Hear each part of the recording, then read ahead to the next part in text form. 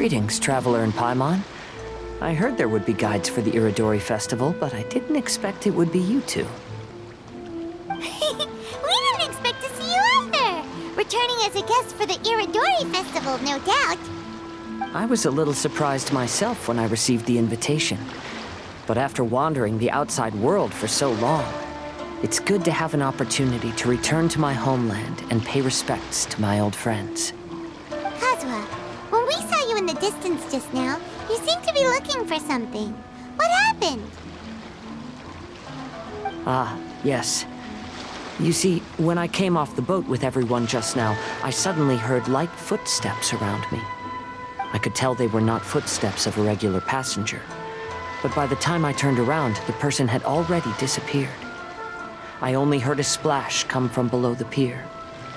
Even though I didn't manage to catch a glimpse of them, I found this strange piece of paper by my feet. Oh, does the paper happen to have a poem written on it? Huh. How did you know?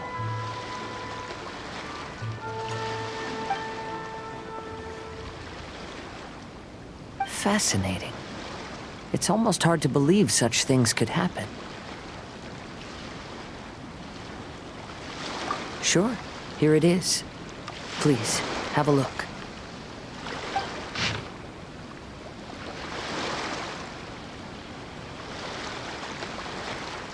Last time, Aoi no Okina's poem ended with a reference to Akihito. And sure enough, this is a story about him. The story this time basically says that Akihito got his name from his love of red seals. However, the Shogun discovered that he had committed plagiarism, and he was soon exiled. Well, if Paimon were to rate today's story, it sounds pretty unfortunate.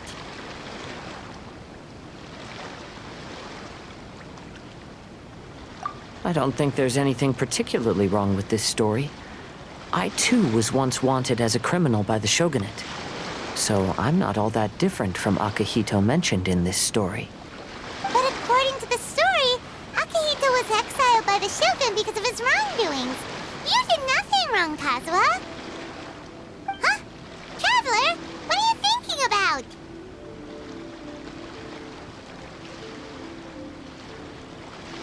Ah, by the way, you mentioned that your friend has been struggling because he's unable to sign his name quickly, right? In Liyue and Inazuma, there is a saying, that which has been stamped has also been signed. Perhaps using a seal could be a feasible solution. While sailing at sea, I sometimes carve things to pass the time. If you wish to create a stamp for his seal, I might be able to help. Wow, that's an idea! Quick, let's go tell Albedo!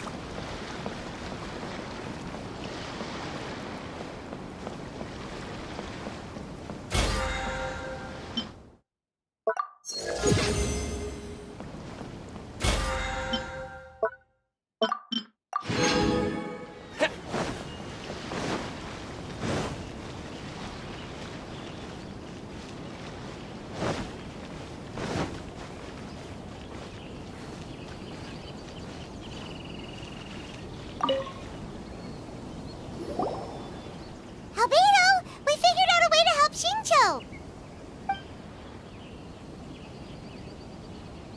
Interesting. A story of the 5 Kasen appears again, and with a timely solution. A stamped seal, huh? Let me think.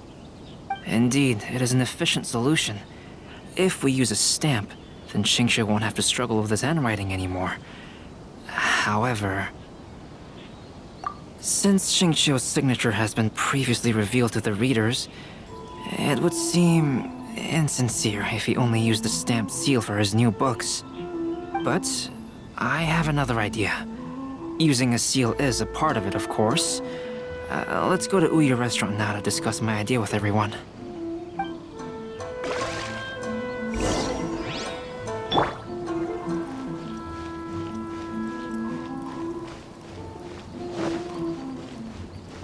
I just absolutely love this family.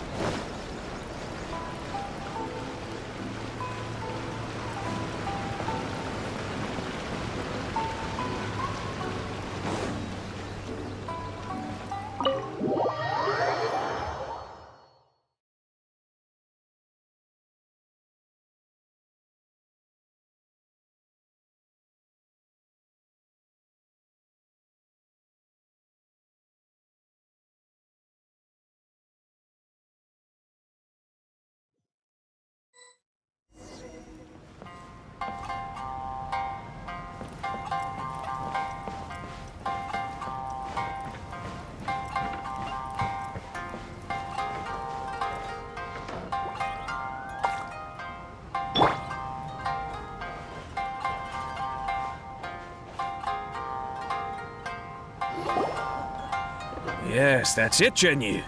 Your writing has greatly improved today, which means yesterday's intensive training was effective.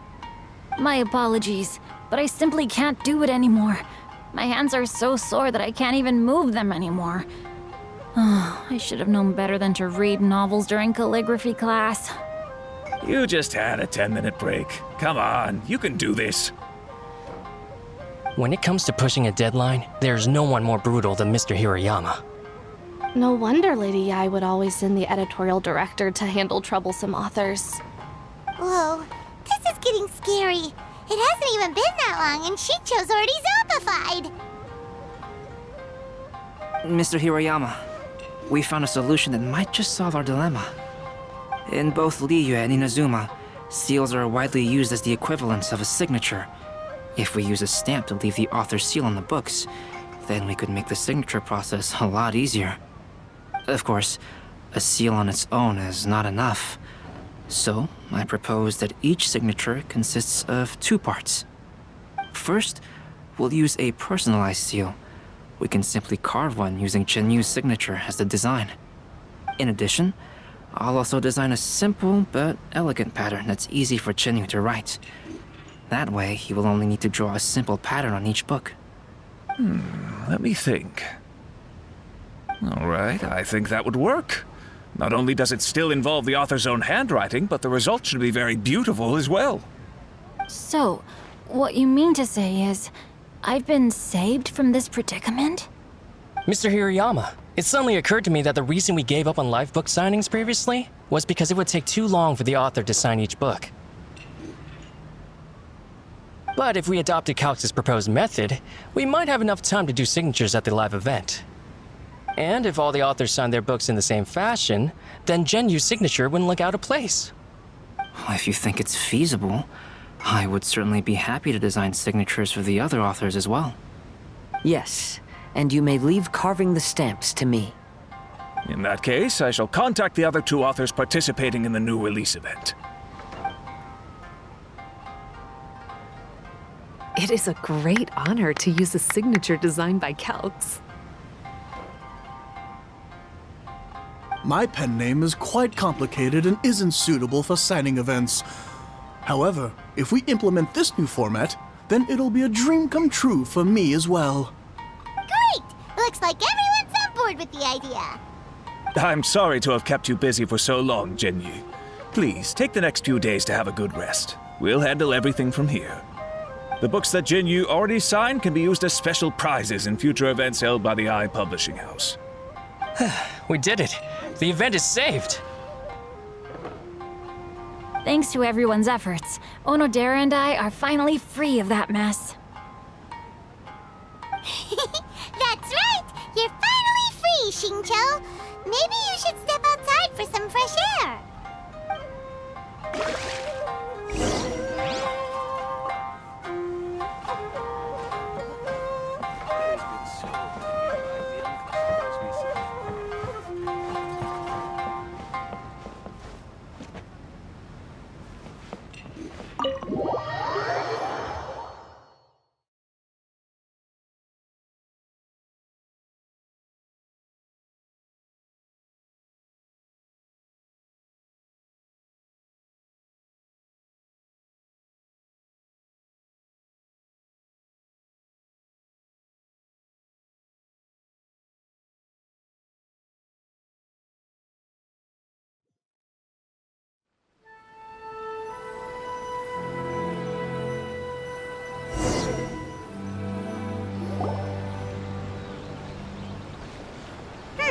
We still have some time to burn. Where should we go next?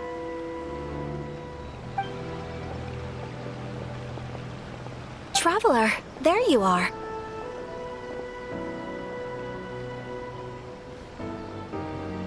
Oh, it's Ayaka! And Venti! That's an interesting combo. I was just going to the festival venue to prepare the Ikebana lesson when I found a strange piece of paper on a flower stand. This bard just happened to be close by at the time. He informed me that you've also found similar papers recently. As such, we came together to find you two. But the paper she found isn't quite the same as the ones we found before. Here's the paper. Please have a look.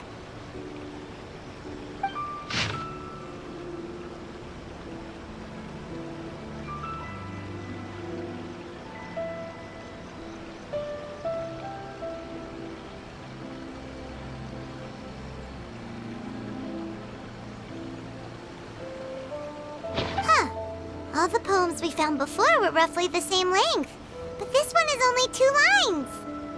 And even though there are only 2 short sentences, neither of them are next to the title or centered on the page. The position of the writing seems to indicate that there is other content written on this paper besides these 2 lines. If we take the poem literally, it reads, "Dip this paper in water and see the truth naturally appear." Speaking of which, I have an ancient text at home, specializing in ancient and exotic stories. It mentions a special ink that will show itself when wet and disappear when it's dry. So, shall we give it a whirl?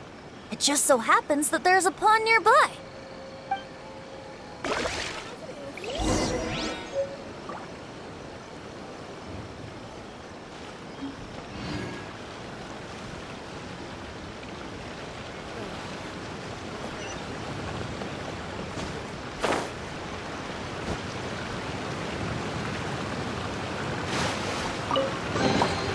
I'll keep this close.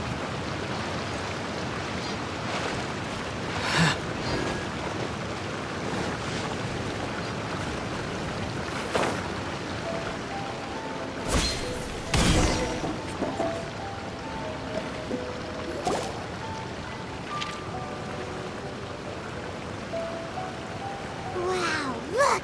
It's really working! More words have appeared on the paper! Let Paimon see what it says.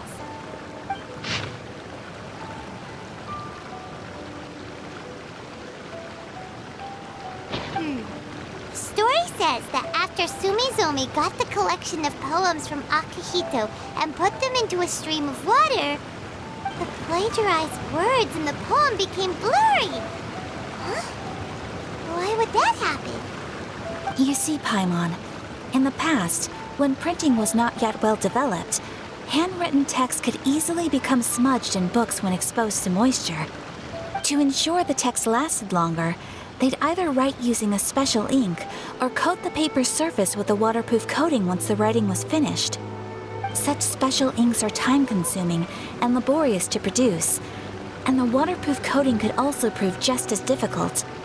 However, since Akihito's poetry collection was an important gift to be presented to the shogun, surely one of those 2 methods was used to protect it.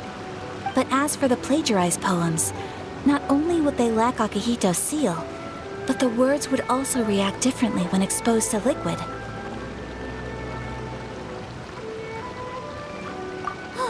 Which means Akihito didn't plagiarize his work. He was set up! Yes, it appears that this is the truth that Sumizome's story is trying to convey. Although the story is saddening, I've decided on the subjects to use for Akihito and Sumizome's portraits. Kazuha, Ayaka, would you be willing to be the models for my paintings? I would be delighted. Yes, as would I. There you go. The next 2 portraits should be ready in no time. Yes. And now that all 4 stories have all been collected, the story of the 5 Kasen is now fully completed.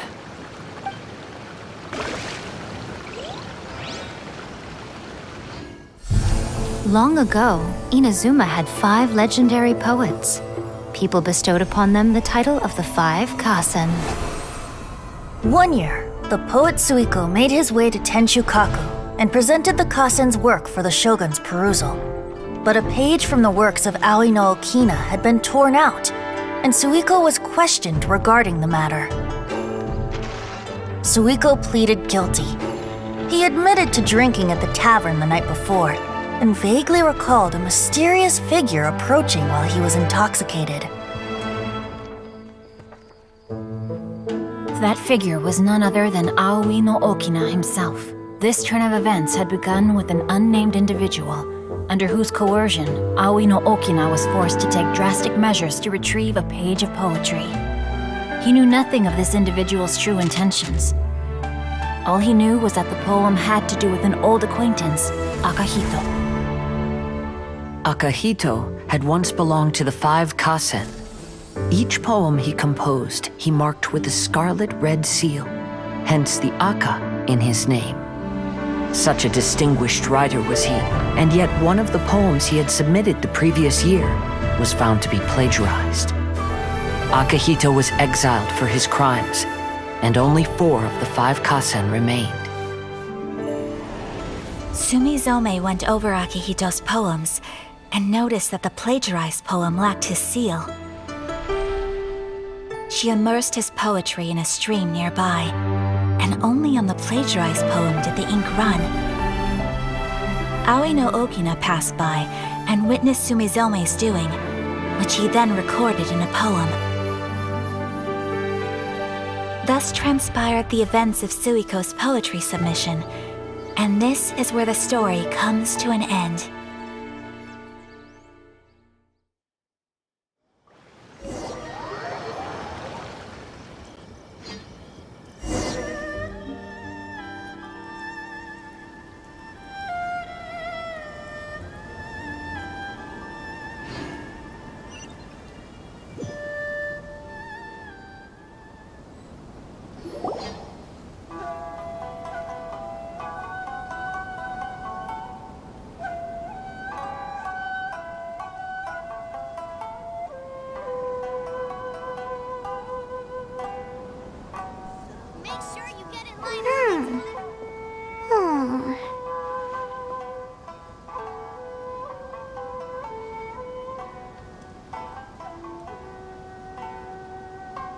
Yeah. Ever since we completed the story of the 5 Kasen, there's still one thing Paimon hasn't been able to figure out. One of the 5 Kasen is called Kuronushi, right? It's just that, how could the story of the 5 Kasen finish without him appearing at all? Oh, have you really not noticed? Huh? Not noticed what? This is no time to be playing games, Tone Deaf Bard! What he means is that the story of Kuronushi was already embedded within the 4 poems. Huh? Really? That's right. The key lies in the poem that Aoi no Okina wrote after seeing Sumizome rinsing the poetry collection. An average person could never understand the scene of a young girl washing Akihito's poetry collection in a stream. Even Aoi no Okina couldn't figure out the meaning behind Sumizome's actions. He was simply reminiscing and thinking about his old acquaintances. However, For the perpetrator who framed Akahito, it was completely obvious. He was worried that if this poem was seen by the Shogun, then the Shogun could discover the truth behind the plagiarism incident. If that happened, then he'd be finished. So, in desperation, he threatened Aoi no Okina to make him tear out this poem. Which means the one who threatened Aoi no Okina is the same person that framed Akahito. What? Kuranushi? That's right. Though there are only 4 poems, they still managed to tell the complete story of all 5 kasen. Since the Shogun mentioned in the poems is certainly not the one of the 5 kasen, the only character left is the mysterious one with an unknown identity. Oh, okay. Paimon is finally starting to get it now. However, this also brings something else to mind. The story of the 5 kasen has more or less reflected everything that's been happening around us lately. Which begs the question, is there a Kuronushi in our world as well? A Kuronushi? In our world? Speaking of which, I wonder if our dear Kazuha has come up with anything. Oh, right! Kazuha! He's been pretty quiet this whole time. Let's ask him.